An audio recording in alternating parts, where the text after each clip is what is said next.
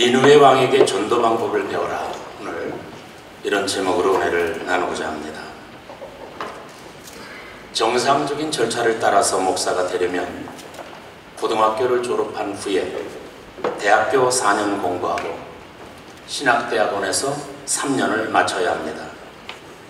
그리고 졸업하는 해에 강도사고시를 치루어서 합격할 경우에는 가을로에서 강도사 인호를 받고 1년 동안을 강도사로 사역한 후에 그 이듬해 가을로에서 목사 고시를 거쳐서 합격하면 목사 안수를 받게 됩니다.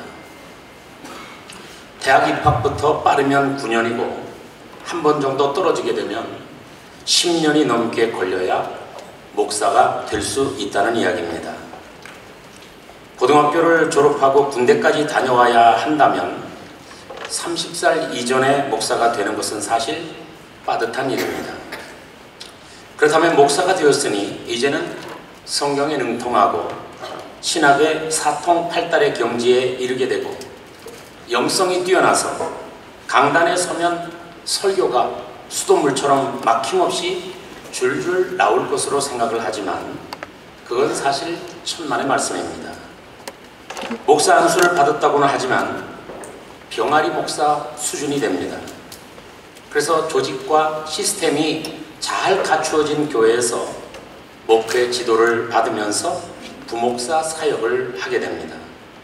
그렇게 하다 보면 어느덧 40살 전후가 되는데 적어도 이 정도는 되어야 그래도 강대상에 섰을 때 헛소리하지 않고 신방이라도 떨지 않고 할 수 있는 그런 정도가 됩니다. 개척을 하거나 단독 목회를 하다 보면 기상천외한 일들이 일어나는데 당황하지 않고 처리하려면 적어도 50살 정도는 되어야 한다고 생각을 합니다. 말로 사람을 설득하고 따뜻하게 권면하며 또 구원 얻을 방도를 설득력 있게 소개를 하려면 적어도 이런 신학과 실천 훈련의 과정들을 거쳐야 노련한 목회자가 될 수 있고 또 전도를 해도 효과적으로 열매가 나타나게 될 것입니다. 사람의 영혼을 책임져야 하고 하늘의 하나님의 뜻을 전파해야 할 전도자라면 이 정도는 준비가 되어야 비로소 준비된 전도자다라고 말할 수 있을 것입니다. 그런데 요나서를 보면 아주 흥미로운 대목이 있습니다. 신학 공부를 한 것도 아니고 사도 바울처럼 가말리엘과 같은 유명한 율법 선생에게 사사를 받은 것도 아니고 돌단을 쌓고 여호와의 뜻을 기리며 두 손을 높이 들고 밤새워 기도 한 번 해본 적도 없는 기이한 전도자를 만나게 된다는 것입니다. 훈련을 받은 적이 전혀 없는 사람이면서도 구원에 관해서 그리고 하나님의 뜻과 의도를 정확하게 파악하고 있는 특이한 전도자를 만나게 되는 것이죠. 그 사람은 바로 니느웨의 왕이었습니다. 그는 페르시아 나라의 거대한 성읍 니느웨의 왕 자격으로 오늘 우리가 읽는 본문에 출연을 결정하게 된 것입니다. 그런데 이 사람이 참 웃기는 사람입니다. 그는 이방 사람입니다. 여호와의 이름을 한 번도 불러본 적이 없었을 텐데 하나님을 만나는 방법을 정확하게 알고 있더라는 것이죠. 또한 하나님의 마음을 돌이킬 수 있는 비장의 무기를 품고 있었고 멸망이 예고되었던 니느웨 성을 거뜬히 구원낼 수 있는 필살기를 가지고 있더라는 것입니다. 누가 가르쳐 준 것도 아니고 보고 배운 것도 아닐 텐데 어떻게 이렇게 복음의 진수를 분명하게 알고 있었을까? 우린 예수를 믿기 시작해서 그래도 쓸만한 예수쟁이가 되려면 적어도 10년 정도는 교회 출석해야 되고 교회에서 봉사생활을 해야 되지 않을까 생각을 합니다. 거기다가 뼛속 깊이 예수의 냄새가 나려면 적어도 30년 정도는 교회를 다녀야 하고 때로는 모태신앙 또는 3대 4대 신앙까지 가야만 된다는 거 우리 잘 알고 있습니다. 그런데 니느웨 왕은 이런 모든 과정을 단숨에 뛰어넘었다는 것입니다. 월반을 해도 이만저만이 아닙니다. 만약에 구원에 관해서 레포트를 적어내라고 한다면 그는 틀림없이 A+를 받았을 것이 분명합니다. 왕이 이렇게 전도에 성공하고 니느웨 12만 명이라고 하는 수많은 사람들의 생명을 구할 수 있었던 비결이 무엇이었을까? 오늘 본문에 다 담겨 있습니다. 6절을 보겠습니다.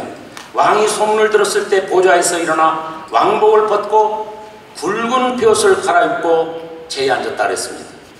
7절에 보면 왕은 조소를 내려 사람이나 짐승이나 소떼나 양떼나 아무것도 입에 대지 말고 물도 마시지 말아라. 금식을 선포합니다. 8절에 보면 사람이든 짐승이든 모두 다 굵은 벼옷을 갈아입으라고 또 명했습니다. 8절에 보면 또 힘써 여호와께 부르짖을 것이라고 말을 했고, 또 8절에 보면 각기 악한 길과 손으로 행했던 모든 강포에서 떠날 것이라 라고 선언을 합니다. 9절에 보면 이렇게 함으로 인해서 혹시 하나님의 뜻을 돌이키셔서 진노를 거두지 않겠는가, 멸망을 멈추시지 않겠는가 라는 확신 있는 이야기를 했습니다. 그리고 10절에 보면 그들이 그 악한 길에서 돌이켜 떠났더라라고 말씀을 합니다. 이로 인해서 하나님은 그 뜻을 돌이키셔서 내리시리라고 말씀하셨던, 장담하셨던 재앙을 거두고 내리지 아니하셨다는 것입니다. 백성들과 왕이 요나의 설교를 전해 들은 후 이렇게 신속하고 이렇게 빠르게 회개하고 금식하고 통회하며 악한 행실에서 돌이킨 경우는 다른 기록에서는 거의 찾아보기 어렵다는 것입니다. 뿐만 아니라 왕은 요나의 설교를 전 국민에게 중계방송까지 해주었습니다. 하나님의 어떤 하나님이신지를 이렇게 확실하게 전한 선지자가 성경 속에 몇이나 되리라고 생각되십니까? 왕의 설교 중계방송은 하나님의 마음을 돌이키게 했고 하나님이 뜻을 접고 장담했던 재앙을 멈추게 하는 엄청난 결과를 만들었던 것을 보게 되는 것입니다. 피라미 몇을 잡아서는 전쟁에 승리할 수 없습니다. 적장을 무릎 꿇게 해야 전쟁에는 승리할 수 있는 법입니다. 왕은 어찌 보면 가장 뛰어넘기 어려운 장벽이지만 또 다른 어떤 의미에서는 가장 무너뜨리기 쉬운 장벽도 될 수 있습니다. 왜냐하면 왕만 무너지면 싸움은 끝나기 때문에 그렇습니다. 왕의 전도는, 왕을 향한 전도는 성공적이었습니다. 그의 전도는 백성들의 행동을 바꾸었고 죄에서 돌이키게 했고 그로 인해서 하나님의 마음까지 돌려놓았다는 사실입니다. 니느웨 성의 사람들은 이방인들임에도 불구하고 하나님을 믿게 되었고 그들은 요나가 전하는 말씀을 100% 신봉했다는 것입니다. 은혜가 충만하고 모범적인 교회라 해도 강대상에서 전해지는 목사님의 말씀을 100% 신봉하기는 쉽지 않습니다.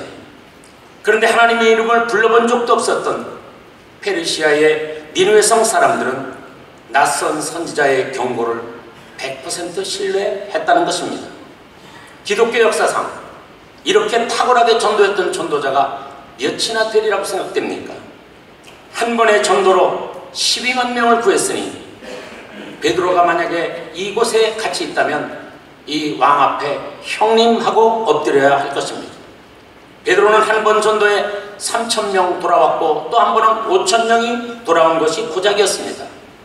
그런데 이 무명의 이방 왕은 무려 12만 명을 단숨에 구했다는 사실이죠.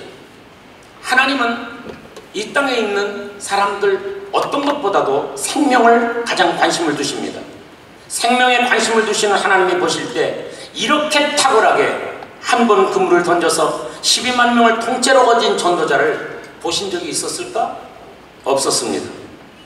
라이언 일병 구하기라는 영화가 있습니다. 라이언 일병 단 한 사람을 구하기 위해서 밀러 대위와 7, 8명의 특공대원들이 목숨을 바치는 장면이 나옵니다.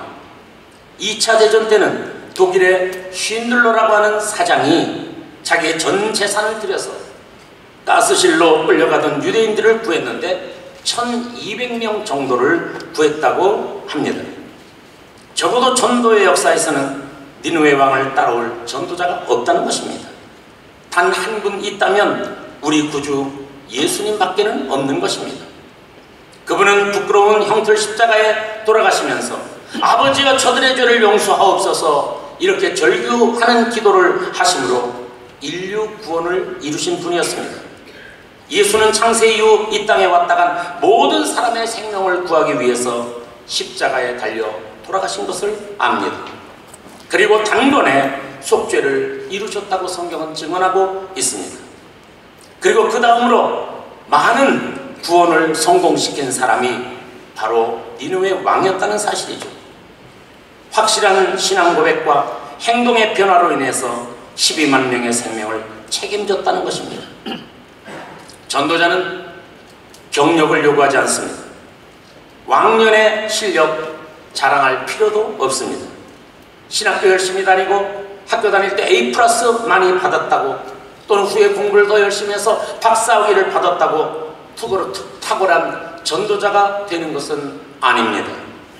어떻게 하면 좋은 전도자가 될까? 오늘 이 중에서 고민하는 분이 있다면 니느웨 왕에게서 그 전도 방법을 전수하시고 배우게 되시기를 바랍니다. 할렐루야!